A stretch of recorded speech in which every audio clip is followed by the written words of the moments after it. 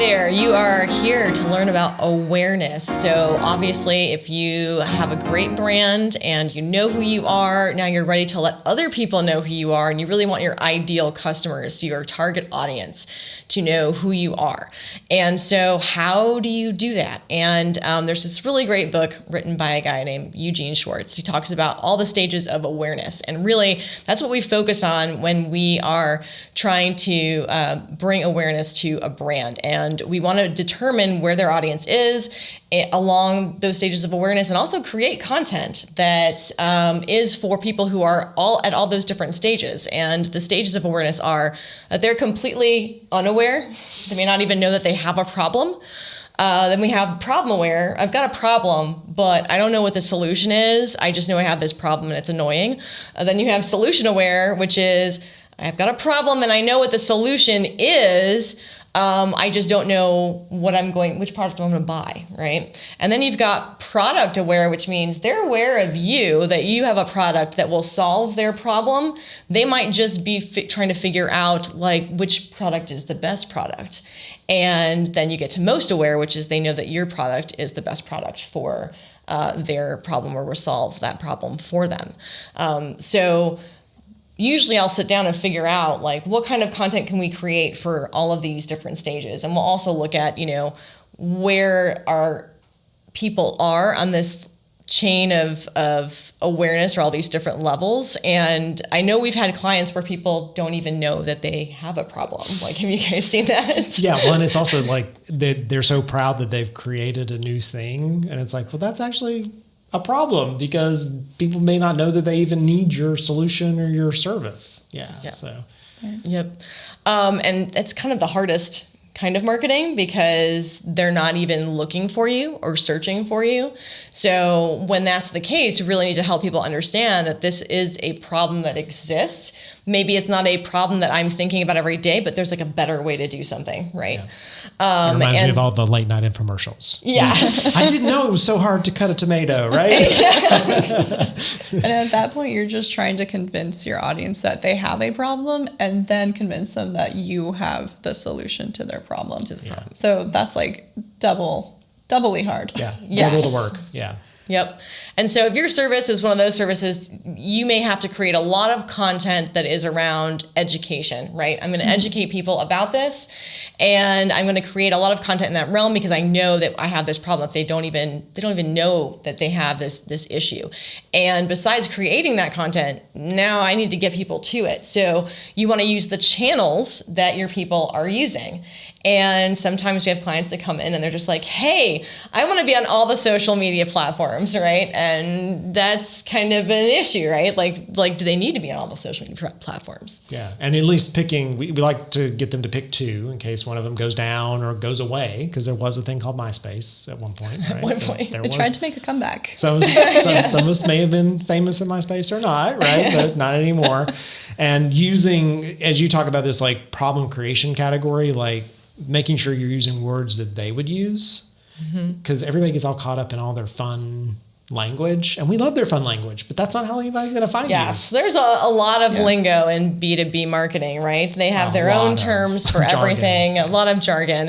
But if I'm a person who has a problem, I'm going to be searching in a different way. I'm not necessarily going to be using your lingo. So how do I search for things? And that's when your SEO people come in handy a lot, because they'll actually get in there and see what's being searched. They can tell you, well, this is where the volume is. People are actually using this term to search. Google knows how often that's being used. When you type in the question, it might come up and it will say people also asked, right? You can see what people are using to search for those solutions. And so creating content that is around those key terms and their search terms is helpful in you getting noticed. And of course, they have to have a problem to be able to search for you. So if they're problem aware, if they're not solution aware, I'm going to make sure that I create content, maybe pair that with some advertising, some search ads when people search those terms. So I'm coming up high in search, and people are seeing that the solution to their problem up top, and it might be my ad that's there. And so some of that creating awareness means I've got to pay a little bit of money now to really come up in somebody's feed or come up in somebody's search and make sure that I'm in front of them all the time. And I like to go back to that lady with the lunchbox on LinkedIn. I know you and I were talking about this before. And this lady had made a post and she was like, this is how marketing works. And I was like, yes, this is exactly it. Because, we talk about a lot of dark social, like, we're popping up in people's feeds, but unless they're clicking on it right then, and maybe they're coming around to buy it later, we're not necessarily seeing that as an ad conversion, but yet that person is choosing a product because they saw you coming up in their feed repeatedly. And this lady was just talking about how she's continued to see these ads about this specific lunchbox. And at the time, she didn't need one, right? But then when the problem came about, she needed one for her kid. She remembered that cool lunchbox she had seen in her feed and she went back and she bought it, right? So we often attribute that to dark social or social that we can't track. And so it's a common problem. Like not everything is trackable. And so if you are creating enough awareness, then you're eventually going to create demand for your product because people are seeing that pop up a lot. And when they have that problem, then they already know who you are. Well, sorry. Yeah, that's okay. Well, I had a question around how much content to create because that's always like, do I need a blog a day? A blog a month, a blog a year. It depends. Yeah. I was going off on a completely different vein. Okay. You want to come back to you? Yeah, we can probably come back to it. How much content? Good question. How much money do you have? Because there are some people. How much conversion can you bring in? Right? There are some people who really want to get to conversion fast. And if that's the case, we could hire people to create 8 blogs a month, right? And really churn out content that has to do for every single stage. If I'm in the problem aware stage, but I'm not sure that yours is the right solution, or I'm not sure yours is the right product. Maybe I know the solution, but maybe I know I need something like Salesforce, right? Because I have a lot of clients and I got to keep track of them and I got to communicate with them all. So, but now I don't know which product I should buy. Should I buy Salesforce? Should I buy HubSpot? Should I buy Zendesk? I don't know. That's when we do product comparison content. And so we're creating a lot of content that'll show like the features and how these compare and measure up. And that way we try to pair people with the right product. But if I'm problem aware, I'm going to be showing people, hey, this is your problem. I'm going to focus on it, but here's the solution to your problem. And I'm going to educate them on the solution. And if you're completely unaware, you're educating them about the problem. And so you're creating content for all of those stages. And if you need it all, right, then you're going to need to create all of that content. If you want the conversion fast, you need to create it all now. So then you want to make sure that you put a plan in place to create as much content as quickly as possible. If you're at a place where you're like, I want to invest, but I don't need this overnight. I can wait like 6 months. I can wait a year. I want to just build up my content. Then create a nice plan. So you're doing something at least, putting out something at least once a week. I'm keeping my website dynamic. I'm making sure I pop up in search that way. And then, I'm going to build that content to a place where I've got a nice pool. And now when people come to my site, when they are visiting, they've got what they're looking for there. And I think that approach, you often hear entrepreneurs, they'll come and they'll say, this is a product that everybody can have. And while that may be true, you still have to have an approach, a strategic approach to how you're going to penetrate the market. So we may not be able to get this to everyone in the world, but there may be a specific audience that you want to start with. So if you're talking about the awareness continuum that you've already outlined for us, maybe you are in that area where people aren't aware that they have a problem and they aren't aware of a solution, and the majority of your folks are there. Mm-hmm. But you do have some people who are those early adopters, and they do know that they have this problem and they're willing to try out your solution, and then they become the biggest influencers, the biggest brand advocates for you, and they turn those problem unaware people into solution curious people. Yeah. So that you can grow that way and grow faster. Mm-hmm. Yeah. One of the things we do as part of the discovery session is look at that, because it's the content, but it's also who's going after it. So if you're in that first adopters, they like things like they want to know they're the first, like they like to try things out before anyone else. That's different language than the person who wants the tried and true, I want to make sure that this is actually the real thing. So my boss isn't going to yell at me. Yeah. Yeah. So you got to use different language depending upon if you're introducing a new thing nobody knows about. Well, you got to take that to your risk takers, takers. Yes. And they need risk taker language, right? Mm-hmm. And so they need language like be the first, right? Yeah, be the first, or they love like beta or private or whatever. And they're that's good too, because they're okay with things having bugs. Test this in beta, yeah. They're okay with For that. free. But your other groups, they're like, if there's a problem with it at all, I don't want anything to do with it. The other thing to touch on that I'd like to hear you talk about is like the long-term content. Like people look at content like when they release it versus over time. Oh, yeah. Yeah.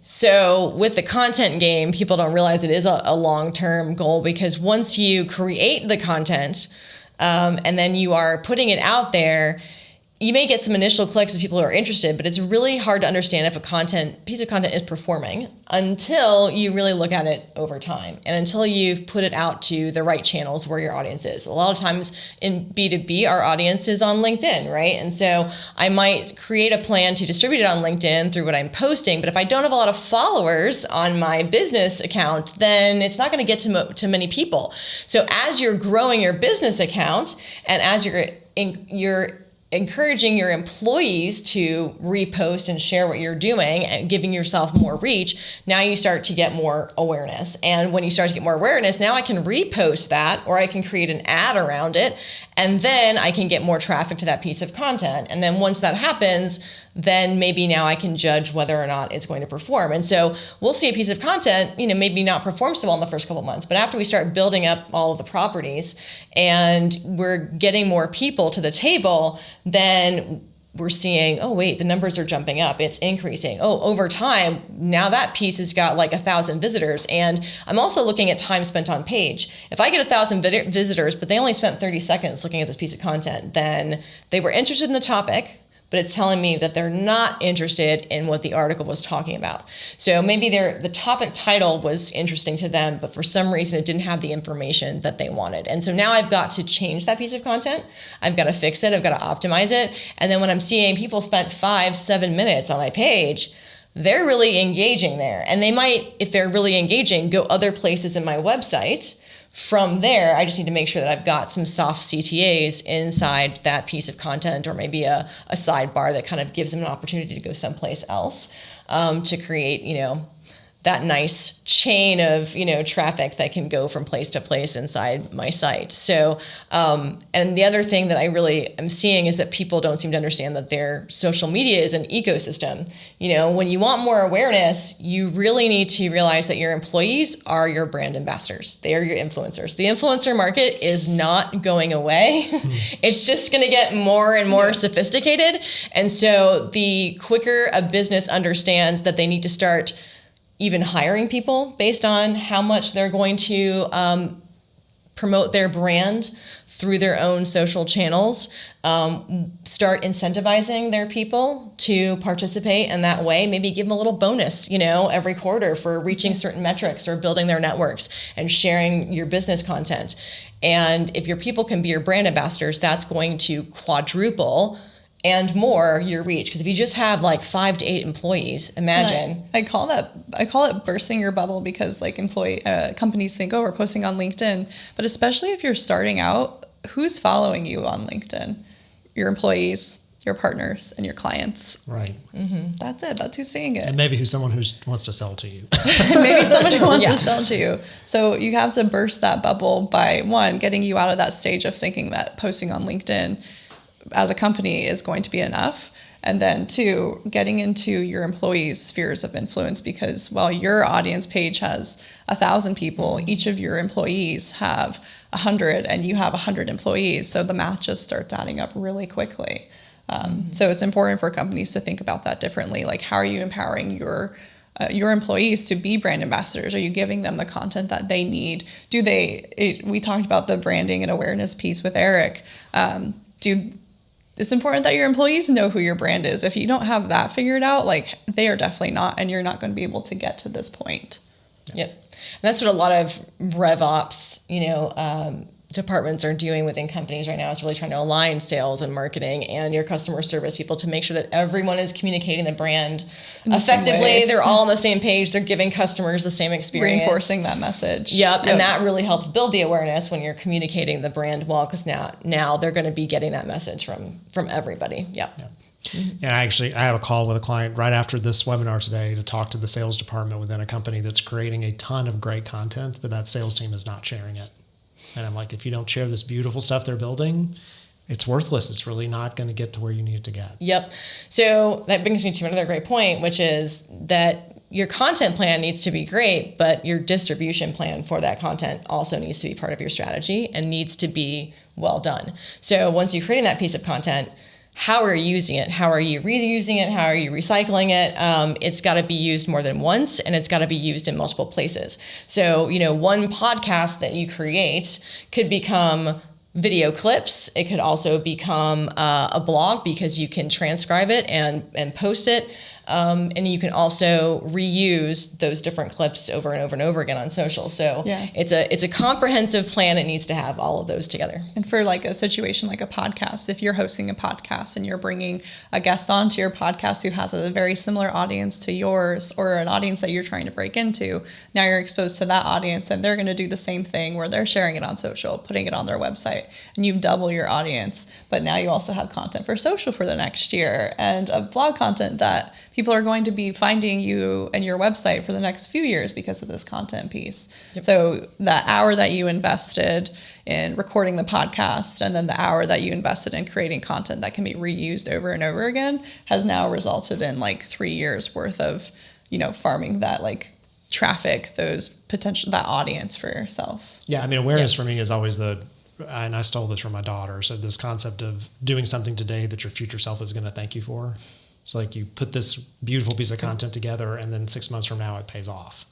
And so understanding that's the game you're playing. And also being willing to kill your babies. So the things that aren't working, right? Like you look at a blog post. You birthed post, something, you spent so much time on it, like it's beautiful, I want to use it, but if it doesn't work. Yeah. I had built a video series back in the day when I was doing more entrepreneurial coaching, and it took me like 2 months to build it. And then I built this little quiz that took me like a weekend. And that quiz, people took it every day.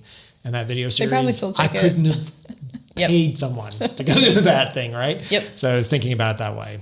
So let's wrap it up in this category. So what are the things that we need to pay attention to in awareness? So what you need to do if you want to move forward in awareness is start looking at your data, right? Understanding what is working, what is not working.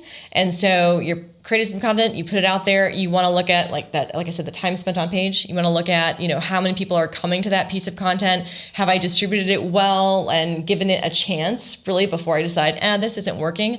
And talking to your audience. So you really want to go out, figure out who exactly is interested in your product, define those personas, but then go and talk to them. Really, if it's just you picking somebody that looks like they're in your audience at Starbucks and just having a conversation, buying them some coffee, right? Yeah. Contacting some of your former clients, talk to your audience. What would they find useful? The minute you find a piece of content that they really like you said, your quiz, then it could take off, but your audience knows what they want. So you got to provide those opportunities to talk with them.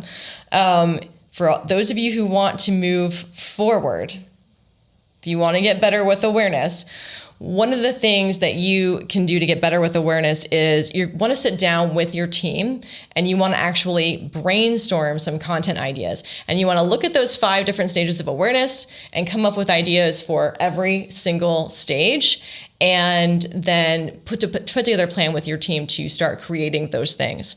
The other thing you can do is also take a look at your budget and start determining what kind of a budget do you have to create some awareness campaigns, some paid campaigns, maybe using search or display ads or even social media, so that you can start coming up in people's feeds and start coming up, getting in front of your ideal audience so that they're seeing you constantly.